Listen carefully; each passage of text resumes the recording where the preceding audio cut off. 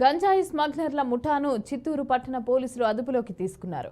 6 నిందితుల నుంచి 59 కేజీల గంజాయిని స్వాధీనం చేసుకున్న పోలీసులు పట్టుబడ్డ గంజాయి విలువ 6 లక్షలు ఉంటుందని తెలిపారు.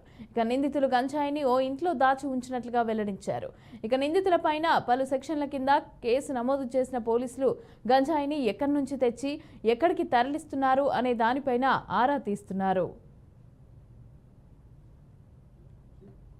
సో ఒరిస్సాకి సంబంధించిన కానూర్ అనే ఒక అబ్బాయి, కన్హార్ అనే అబ్బాయి ఒకడు, తర్వాత నవీన్ అహ్మద్, వీళ్ళిద్దరూ సిద్ధార్థకుడు గజేంద్రగిరి.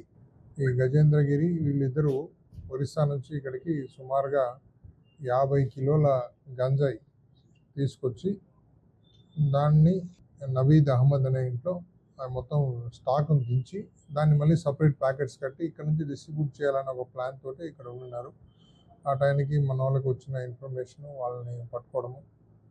సో మేజర్గా ఇక్కడ నుంచి ఈ 50 కిలోస్ ఏదైతే గాంజా ఉందో అది డిస్ట్రిబ్యూట్ కాకుండా ప్రివెంట్ చేయగలిగారు. ఇన్స్పెక్టర్ గారు, ప్రధానంగా మా సిబ్బంది, వీళ్ళందరూ వాళ్ళని పట్టుకోవడం జరిగింది.